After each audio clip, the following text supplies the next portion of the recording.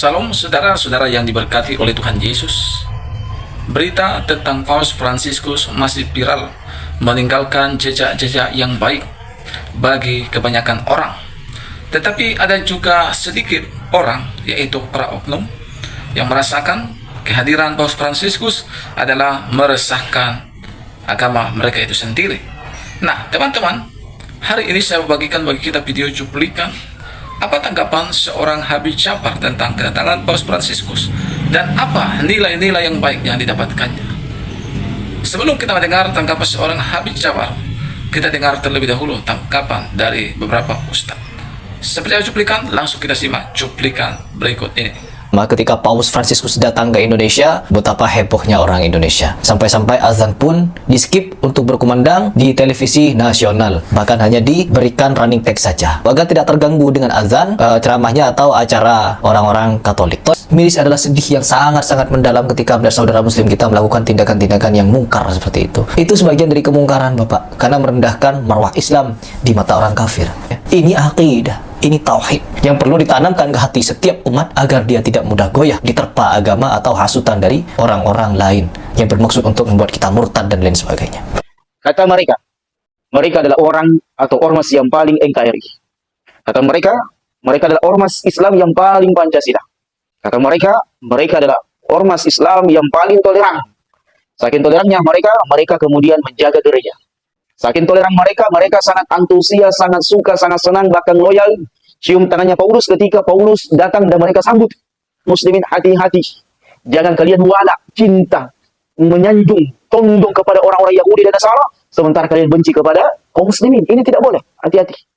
Ini bukan perkara ringan, perkara sepele. Mencium tangan si Paulus, bahkan kemudian seolah-olah tangan Paulus membaptis kepala kalian, menyanjung dia, kemudian seolah-olah kalian mencintai apa yang dia lakukan dalam bentuk hidup sederhana. Hati-hati. Ini mungkin diantara perkara yang bisa membuat keimanan Anda terancam. Bagaimana mungkin kita mencintai loyalitas, menyanjung orang yang Allah murkai, orang yang Allah hinakan, orang-orang yang Allah benci. Bagaimana mungkin kita sangat mencintai, loyal, menyukai, merindukan, mengagumkan orang-orang yang Allah katakan mereka adalah seburuk-buruk manusia. Mereka kekal di dalam neraka. Orang yang Allah benci, orang yang Allah murkai. Bagaimana kita mungkin seorang mukmin menganggap diri kita sebagai seorang mukmin tetapi loyal, cinta, menyanjung, mengagumkan orang-orang yang dimurkai oleh Allah Jalla Jalaluhu. Sementara orang kafir itu dibela, kemudian disanjung, kemudian dipuja-puji. Allahu Akbar. Bahkan ya sungguh sangat miris apa yang dikatakan oleh imam besarnya Masjid Istiqlal, bahwasanya Masjid Istiqlal ini bukan milik satu kelompok saja, tetapi ini adalah milik orang yang beragama. Ini bahaya ngawur ini. Menampakkan kebodohan di atas kebodohan, jahil murakkab. Bagaimana mungkin ente mengatakan masjid adalah milik kaum agama yang lainnya? Allahu Akbar. Dari mana tafsiran orang yang beragama seperti ini yang diangkat sebagai imam besar bisa berstatement, bisa memberikan ucapan seperti ini ketika si Paulus datang? Ini musibah. Merupakan di antara bentuk kebodohan di atas kebodohan. Jahil murakkab yang tidak pantas orang ini menjadi imam besar, tidak pantas. Maka tidak boleh seorang muslim wala kepada orang kafir, menampakkan kecintaan, kerinduan, kesenangan, kesanjungan kepada orang-orang kafir yang dimurkai oleh Allah Subhanahu wa taala. Karena sikap seorang mukmin itu tegas, lugas, jelas. Mereka wala kepada orang-orang beriman, cinta kepada orang beriman, cinta kepada kebaikan, dan mereka berlepas diri. Mereka berlepas diri dari kekufuran dan tokoh-tokoh kekufuran. Bagaimana kita menyanjung Paulus? Paulus diantara manusia yang melegalkan LGBT, melegalkan kerusakan, melegalkan kaum Sodom, kaumnya Nabi Lut alaihissalatu wassalam. Dia melegalkan keburukan, kejelekan yang akan menimpa manusia. Bagaimana mungkin kita menyanjung orang yang ingin merusak dengan slogan menyebarkan kasih? Ini pada harganya dia ingin menyebarkan kerusakan di tengah-tengah manusia. Waduh, luar biasa ya kebencian anak-anak muda muslim ini terhadap Bapak Paus Fransiskus dan kepada orang-orang Kristen pada umumnya. Mereka ini terus menyebarkan kebencian yang mereka anggap itu adalah suatu kebenaran untuk membela agama mereka. Bapak Buya Sakur pernah mengatakan agama tidak perlu dibela. Tuhan sendiri yang akan membela bagi agama yang berjalan pada kebenaran. Lalu bagaimana tokoh muslim Habib Jafar yang memiliki sikap toleransi yang tinggi juga? Berikut tanggapan beliau. Kita sudah seharusnya menunjukkan bahwa kita adalah tuan rumah yang ramah. Karena tentu Grand Salazar maupun Paus Fransiskus tidak berkunjung ke Indonesia karena review dari TikTok atau Instagram atau traveler YouTuber. Jadi sudah pasti mereka memilih Indonesia karena mereka menaruh kepercayaan dan cita-cita yang besar bagi Indonesia. Karena itu, kita harus mengawali dengan memberikan sambutan yang positif dan monumental kepada tamu-tamu yang datang kepada kita, tidak terkecuali kepada Paus Fransiskus yang sedang berkunjung ke Indonesia. Dan memang, sebagai orang Indonesia kita dikenal sebagai orang-orang yang ramah kepada tamu, dan sebagai seorang Muslim yang menjadi komunitas paling banyak di Indonesia, kita diajarkan oleh Nabi Muhammad dalam salah satu sabdanya yang diriwayatkan oleh Imam Bukhari dan Muslim, "Man amana billah wal yaumil akhir falyukrim dhaifahu." Dengan tegas Nabi katakan, siapa yang menyebut dirinya beriman kepada Allah dan hari akhir, maka tidak ada lain kecuali dia harus memuliakan tamunya. Terlebih tamunya adalah sosok mulia dalam tradisi Katolik seperti Paus Fransiskus. Dan kita juga diajarkan oleh Nabi Muhammad untuk mengambil pelajaran atau hikmah dari manapun kita menemuinya. Karena setiap hikmah yang ada dimanapun kita menemuinya termasuk dari kalangan non-muslim. Sebab hikmah, kata Nabi Muhammad, adalah harta karunia umat Islam. Dimanapun kita menemuinya, termasuk dari non-muslim atau bahkan dari orang yang tidak beragama maupun yang benci terhadap agama Islam sekalipun, kita diajarkan untuk mengambil pelajaran sekecil apapun yang muncul dari mereka, karena itu adalah harta karun kita. Termasuk tentunya dari sosok mulia dalam tradisi Katolik bernama Paus Fransiskus. Ada beberapa pelajaran yang bisa kita ambil dari sosok Paus Fransiskus yang linier dan selaras dengan nilai-nilai yang diajarkan dalam Islam. Yang pertama adalah bagaimana seorang paus memberikan kepercayaan dan keyakinan yang besar terhadap orang-orang Indonesia. Sehingga beliau memilih untuk tinggal bukan di hotel mewah dengan penjagaan yang super ketat dan super aman, melainkan di Kedutaan Besar Tahta Suci Vatikan. Beliau juga memilih untuk tidak naik mobil khusus yang didesain anti peluru sehingga menjamin keamanan beliau, melainkan mobil biasa pada umumnya yang bukan hanya tidak anti peluru, tapi beliau duduk di depan sembari membuka kaca mobilnya. Seolah-olah beliau ingin mengatakan kepada dunia bahwa Indonesia adalah negara yang patut kita percaya. Di sini toleransi dijunjung tinggi, sehingga siapapun yang datang ke sini dia harus merasa aman, karena Indonesia adalah negeri yang ramah terhadap tamunya dan menjamin keamanan semua tamunya. Tentu secara protokoler ini adalah satu tindakan yang monumental. Tidak seharusnya seorang paus datang ke Indonesia, kemudian membuka jendela mobilnya, naik mobil yang tidak anti peluru, dan tinggal di rumah yang tidak super aman. Namun Paus Fransiskus dengan kerendahan hati, dia mau melakukan itu untuk mengatakan kepada dunia bahwa Indonesia adalah negeri yang aman dan nyaman untuk kita kunjungi. Jangan khawatir terhadap Indonesia. Termasuk bahwa Indonesia adalah negara dengan populasi muslim salah satu yang terbesar di dunia. Namun seorang tokoh tertinggi dalam tradisi agama Katolik justru dengan santai berkunjung ke Indonesia. Ini juga seolah sinyalemen bahwa paus begitu percaya kepada umat Islam di Indonesia bahwa mereka akan menyambut paus dan memperlakukan paus dengan aman dan nyaman sebaik-baiknya. Ini adalah satu nilai diplomasi yang berangkat dari spiritualitas yang tinggi untuk membangun kerukunan dan kehidupan damai di berbagai negara. Persis seperti yang dilakukan oleh Imam Faqih Muqaddam ketika beliau hidup di Hadramut sana. Hadramut di masa Imam Faqih Muqaddam itu negeri dengan krisis yang mencekam.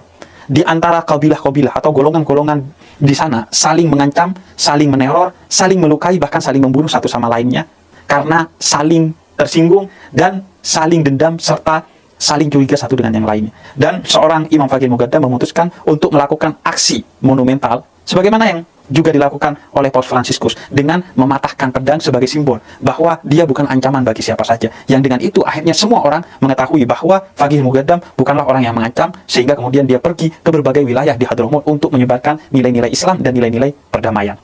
Inilah pelajaran pertama yang bisa kita ambil dari sosok Paus Fransiskus. Bagaimana beliau dalam tanda petik menggadaikan keamanannya untuk menyebarkan nilai-nilai aman di seluruh penjuru dunia, khususnya dalam hal ini adalah di Indonesia. Kemudian yang kedua, pelajaran memukau yang dibawa oleh Paus Fransiskus adalah tentang kesederhanaan. Kesederhanaan kebetulan sedang menjadi perbincangan dan barang mewah di Indonesia. Maka Paus Fransiskus sebagai tokoh agama sekaligus pemimpin negara Tahta Suci Vatikan seolah-olah ingin memberikan sinyalemen, bahkan kritik kepada kita yang cenderung hidup berfoya-foya sebagian dari kita. Baik itu tokoh-tokoh politik, termasuk tokoh-tokoh agama, apapun agamanya, dan kita anak muda yang seringkali hidup dalam hedonisme dan mempertontonkan hedonisme itu di media sosial sehingga menimbulkan kecemburuan sosial, sakit hati massal, hingga meningkatnya kriminalitas lantaran setiap hari orang dipertontonkan hedonisme oleh kita di media sosial yang bahkan berangkat dari kebohongan. Dia tidak benar-benar orang yang kaya, namun dia sok kaya dan mempertunjukkan kesok kayaannya di media sosial. Karena sejatinya orang yang kaya justru biasanya dia bukan hanya kaya harta, kaya juga dan pikiran dan hatinya, sehingga dia tidak akan berlaku hedon, tidak akan foya-foya, apalagi mempertontonkan kekayaannya kepada orang lain. Lihat aja orang-orang yang benar-benar kaya di BCA tuh, dan dananya biasa aja, hidupnya gak hedon. Tapi orang yang biasanya hedon dan foya-foya, sejatinya dia bukan orang yang benar-benar kaya. Bisa jadi dia kaya dalam kebohongan doang, atau dia benar-benar kaya namun hanya hartanya, bukan hatinya. Maka kesederhanaan yang ditampilkan oleh Paus Fransiskus ini menjadi sesuatu yang memukau. Sejak lama kita mengenal Paus Fransiskus sebagai sosok yang sederhana, namun kita mengenalnya dari jauh. Kita mendapat kabar bahwa Paus Fransiskus adalah seseorang yang sepatunya berbeda dengan sepatu para paus sebelumnya, yang biasanya didesain khusus berwarna merah atau putih. Namun Paus Fransiskus memakai sepatu warna hitam biasa yang penuh dengan lekukan-lekukan yang menunjukkan sepatu itu telah lama dimiliki oleh dia dan dipakai oleh dia dan tidak pernah diganti oleh dia. Ini satu laku hidup sederhana yang memukau bagi siapa saja. Itu cerita yang sampai kepada kita telah lama. Namun hari-hari ini kita melihat langsung dengan mata kepala kita, dari dekat, bukan dari jauh, bukan dari cerita-cerita yang sampai kepada kita. Namun secara langsung kita melihat bagaimana seorang paus, dia memakai jam tangan yang harganya hanya sekitar 100 ribuan rupiah, dan dia memakai kendaraan yang biasa saja. Dia tidak tidur di hotel yang mewah, dan dia datang ke sini menaiki pesawat komersil, bukan jet pribadi yang harganya miliaran. Maka ini pelajaran yang agung, yang sebenarnya selaras dengan nilai-nilai dalam Islam yang dipertontonkan oleh tokoh-tokoh Islam, baik terdahulu hingga sekarang, baik dimanapun maupun di Indonesia. Di Indonesia misalnya, kita dikenalkan kepada sosok Buya Syafi'i Ma'arif dan Buya Haidar Nasir, salah satu pimpinan Muhammadiyah di eranya, dan Buya Haidar Nasir hari ini, yang kemana-mana beliau naik kereta komersil, duduk berhimpitan dengan orang-orang pada umumnya, berdesak-desakan, mengantri, dan tidak jarang almarhum Buya Syafi'i Ma'arif misalnya, beliau naik sepeda biasa untuk olahraga setiap pagi di sekitaran rumahnya.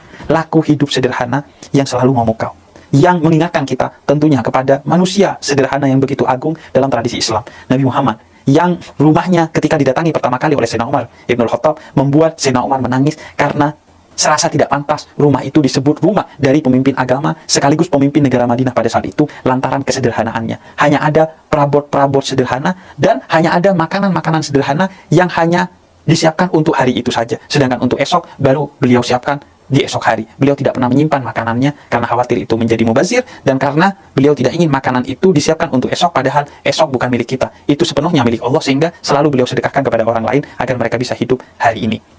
Kesederhanaan selalu menjadi cerita yang memukau, khususnya kepada generasi muda, kepada pemimpin bangsa, dan kepada pemimpin agama yang seringkali mempertontonkan kemewahan. Tentu, kemewahan tidak selamanya salah. Karena bisa jadi kemewahan itu lahir dari kesederhanaan, bukan dari kesombongan. Misalnya, sebagai contoh, bisa jadi seorang pemimpin agama seperti Paus Fransiskus sudah seharusnya memakai mobil yang mewah demi keamanan beliau, karena tuntutan protokoler, karena kepentingan diplomasi. Begitu juga ketika beliau tinggal, beliau mungkin secara protokoler dan diplomatik seharusnya tinggal di hotel yang mewah demi alasan keamanan dan kenyamanan. Oleh karena itu, kemewahan tidak selamanya berarti laku hidup yang lahir dari kesombongan. Namun ia bisa jadi laku hidup yang lahir dari kesederhanaan, namun ia mau tidak mau harus melakukan laku hidup yang mewah itu demi kepentingan-kepentingan yang juga harus diperjuangkan oleh beliau. Oleh karena itu, dalam tradisi agama apapun, ia selalu memiliki nilai tentang kesederhanaan, sebagaimana yang dipertontonkan oleh Paus Fransiskus, atau dalam Islam dikenal dengan nilai atau ajaran zuhud, yang artinya boleh kita hidup dengan dunia, bahkan kita tidak bisa hidup tanpa dunia, namun biarkan dunia itu ada di tangan kita, jangan sampai ia masuk ke hati kita. Karena itu kesederhanaan itu utamanya dan pondasinya adalah soal keadaan hati, bukan laku dari sikap di luar diri. Karena itu, ketika seseorang disebut sebagai pribadi yang sederhana, maka yang pertama dan utama adalah dia memiliki komitmen hati untuk menjadi pribadi yang sederhana. Sehingga kemudian komitmen ini akan melahirkan laku-laku yang memukau dari kesederhanaan kondisi hati ini.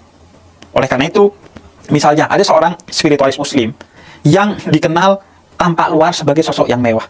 Namun ketika seorang muridnya ditanyakan, kenapa engkau mau berguru kepada ia yang lakunya begitu bermewah-mewahan, murid itu bercerita bahwa gurunya hanya di luar saja dia menampilkan kemewahan karena ia ingin agama yang menempel kepada dirinya dilihat sebagai sesuatu yang berwibawa di mata orang-orang yang terpukau kepada tampilan luar. Namun sejatinya di dalam rumah, dalam kesendiriannya, aku menyaksikan ia merupakan sosok yang sederhana, yang kesederhanaan itu sebagai laku yang muncul dari komitmen hati yang sangat sederhana.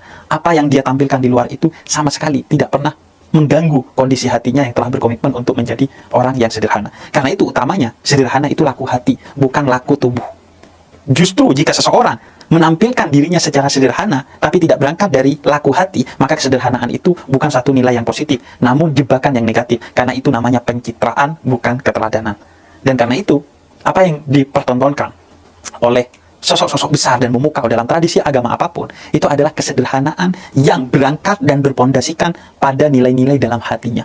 Bukan hanya soal urusan luarannya. Dan bisa jadi, seseorang yang luarannya dia tidak sederhana, namun sebenarnya itu berangkat justru dari hati yang sederhana, namun tidak terpancar itu di aspek luar orang tersebut lantaran tuntutan-tuntutan keamanan, kenyamanan, kewibawaan, dan lain sebagainya. Namun ketika Paus Fransiskus datang ke Indonesia dengan bukan hanya komitmen hati yang sederhana, tapi mempertontonkan laku yang sederhana, sebenarnya beliau ingin memberikan pelajaran kepada kita. Pelajaran tentang pentingnya hidup sederhana, dan yang kedua tentang kritik kepada orang-orang yang menjadikan kesederhanaan bukan laku pada dirinya di tengah dunia yang sedang terancam oleh berbagai krisis, termasuk krisis ekonomi yang tidak sepatutnya kita mempertontonkan kemewahan. Kemudian nilai yang bisa kita ambil juga dari kunjungan Paus Fransiskus ke Indonesia adalah bagaimana Paus Fransiskus dikenal sebagai sosok yang tidak memiliki kecenderungan dendam dan selalu memaafkan. Beliau di salah satu Kamis Putih sebelum Jumat Agung pernah membasuh dan mencium kaki 12 narapidana di salah satu penjara di Roma, yang di antara narapidana itu adalah beberapa orang Muslim, sebagai simbol bahwa beliau mengajarkan tentang ketiadaan dendam dan pemaafan kepada siapa saja yang telah berlaku salah, hilaf, dan dosa, baik kepada kita maupun kepada alam dan utamanya kepada Tuhan. Ini sesuatu yang penting dalam tradisi semua agama termasuk Islam. Bahkan dalam Islam ia dinilai sebagai salah satu puncak dari ketakwaan. Sehingga dikatakan dalam surat Ali Imran ketika bercerita tentang apa tolak ukur ketakwaan, difirmankan bahwa tolak ukurnya adalah 3. Yang pertama, tidak marah kepada orang yang membuat kita marah, dan yang kedua, memaafkan orang yang membuat kita marah, dan yang ketiga, bersedekah, memberikan, membalas dengan kebaikan orang yang bikin kita marah. Karena itu kita melihat bagaimana Nabi Muhammad misalnya ketika beliau diusir dari Mekah, bahkan hendak dibunuh oleh orang-orang musyrik di Mekah, dan ketika beliau kembali ke Mekah dalam Fathu Mekah, pembukaan kota Mekah, orang-orang yang dulu mengusir dan mau membunuh Nabi Muhammad berkata bahwa hada yaumul malhamah, ini pasti adalah hari balas dendamnya Muhammad yang dulu kita usir. Namun Nabi katakan kepada mereka, la, tidak, hada yaumul marhamah, ini adalah hari kasih sayang. Kalian yang dulu mau membunuhku, kalian yang dulu mengejekku, kalian yang dulu merendahkanku, kalian yang dulu mendiskriminasiku, tidak ada dendam sedikit pun dariku kepadamu, dan aku telah memaafkan kalian. Maka mari kita hidup bersama saat ini dalam kedamaian, dalam persaudaraan. Dan pelajaran yang juga bisa kita ambil dari kunjungan Paus Fransiskus ke Indonesia adalah beliau sosok paus pertama dari non-Eropa. Beliau adalah orang Argentina. Dan beliau datang dari latar belakang orang-orang yang terpinggirkan, dari negara yang bukan utama dalam tradisi kepausan. Karena biasanya paus itu datang dari orang-orang Eropa. Beliau lahir dari kondisi terpinggirkan. Beliau lahir dari tangisan orang-orang yang terpinggirkan. Beliau lahir dari suasana yang tidak ideal. Karena itu, beliau adalah sosok paus yang kerap kali memilih negara-negara yang terpinggirkan untuk dikunjungi. Beliau misalnya mengunjungi negara terjajah bernama Palestina. Beliau mengunjungi negara terinvasi bernama Irak. Beliau mengunjungi negara termiskin bernama Sudan Selatan, dan beberapa negara lainnya. Beliau selalu mengunjungi negara dan orang-orang yang terpinggirkan, karena sejatinya beliau lahir dari sana, dan tradisi Katolik serta Islam dan agama-agama lainnya adalah tradisi keberpihakan kepada orang-orang yang terpinggirkan. Bahkan dalam Islam, orang yang terpinggirkan itu mendapatkan istilah khusus yang disebut sebagai mustad'afin, yaitu orang-orang yang termarginalkan, terpinggirkan. Dikatakan dalam beberapa riwayat dari Nabi Muhammad, bahkan yang bersumber dari Allah dalam hadis kursi, mereka yang terpinggirkan itu sesungguhnya Tuhan berada bersama mereka. Mereka yang terpinggirkan karena rasa sakit, mereka yang terpinggirkan karena rasa lapar, mereka yang terpinggirkan karena rasa haus, Allah katakan aku bersama mereka. Maka siapa yang bersama mereka? Sesungguhnya mereka bersamaku. Bahkan dalam riwayat yang lain Nabi katakan, cintailah semua orang yang ada di muka bumi ini, maka engkau akan dicintai oleh Tuhan dan seluruh penghuni langit. Keberpihakan kepada orang-orang yang terpinggirkan adalah pendekatan kita kepada Tuhan, karena Tuhan bersemayam bersama orang-orang yang terpinggirkan. Ketuhanan di antara pondasinya adalah kemanusiaan. Sehingga kata Habib Ali Al-Jufri, al-insaniyah qabla at-tadayyun. Kemanusiaan itu sebelum keberagamaan, karena sejatinya pondasi agama di antaranya adalah kemanusiaan, dan tujuan dari agama di antaranya adalah mendidik kita untuk menjadi manusia yang sejati, yang berperi kemanusiaan, yang cinta kepada perdamaian, yang menjunjung tinggi toleransi dan moderasi di intra maupun antar umat beragama. Karena itu menarik seorang paus yang mengunjungi orang-orang yang terpinggirkan. Beliau tidak menjadikan kunjungannya sebagai kunjungan-kunjungan seremonial yang penuh dengan sorotan lampu dan gegap gempita. Beliau naik mobil biasa, tinggal di rumah biasa, memakai arloji yang biasa, memakai segala sesuatu yang biasa-biasa saja, pesawat komersil seperti umumnya orang-orang. Beliau ingin menjadi orang biasa yang menebarkan nilai-nilai yang luar biasa dan mengangkat derajat orang-orang yang terpinggirkan. Ini mengingatkan kepada sosok Nabi Muhammad yang ketika beliau ada, beliau mengangkat derajat orang-orang yang terpinggirkan, para wanita, para budak-budak, bahkan orang-orang disabilitas. Beliau memilih muazzinnya adalah orang-orang yang terpinggirkan. Yang pertama, yakni Bilal bin Rabah, seorang hitam dari Ethiopia yang tidak dianggap, yang disingkirkan dalam tradisi Arab jahiliyah zaman itu. Dan yang kedua adalah Abdullah bin Umi Maktum, seorang tunanetra yang tidak dianggap di zaman itu, namun diangkat keduanya oleh Nabi Muhammad dalam derajat yang tinggi sebagai muazzin, sebagai tukang azannya Nabi Muhammad. Maka semua agama mengajarkan keberpihakan kepada orang-orang yang terpinggirkan, karena mereka telah dipinggirkan oleh makhluk-makhluk Tuhan yang kejam dan tidak bertanggung jawab. Maka kita yang mengaku hamba Tuhan yang baik, tentu kita akan berpihak bersama Tuhan kepada orang-orang yang terpinggirkan tersebut. Dan itulah yang dipertontonkan oleh Paus Fransiskus. Beliau yang kemana-mana selalu disorot, memilih untuk pergi ke tempat-tempat yang justru tidak pernah disorot. Karena biasanya cahaya lampu, dia menyorot sesuatu yang megah untuk minimal mempertonton kemegahannya atau maksimal menyombongkan kemegahannya.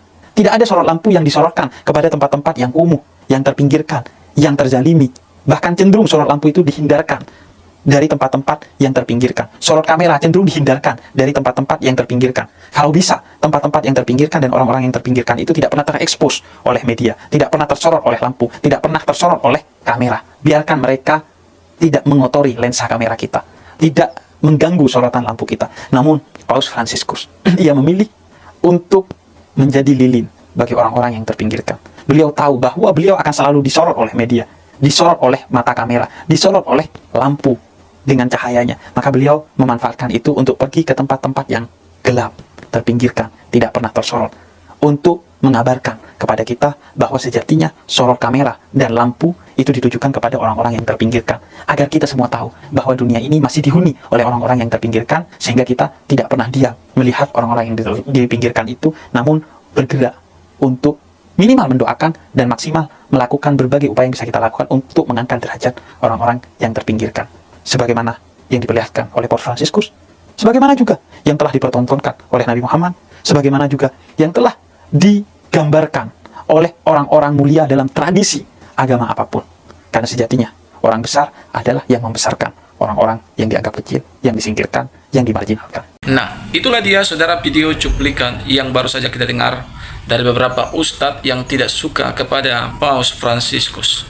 Bagaimana mereka mengatakan bahwa Paus Fransiskus ini tidak perlu ya kita dukung ataupun kita sambut seolah-olah seperti itu, karena mereka itu adalah kafir. Nah, dan ditambah lagi perkataan yang mengatakan bahwa orang-orang seperti ini adalah orang-orang yang dimurkai oleh Allah, katanya ya teman-teman. Justru berbeda dengan seorang Paus Fransiskus, bahwa Paus Fransiskus menerima semua orang, mengasihi semua orang ya. Ini adalah kasih yang diajarkan oleh Tuhan Yesus Kristus. Bahkan seorang Habib Ja'far pun sangat kagum tentang hal-hal seperti itu, sebab seorang Paus Fransiskus membawakan perdamaian bagi Indonesia, bukan hanya Indonesia tapi juga bagi seluruh dunia.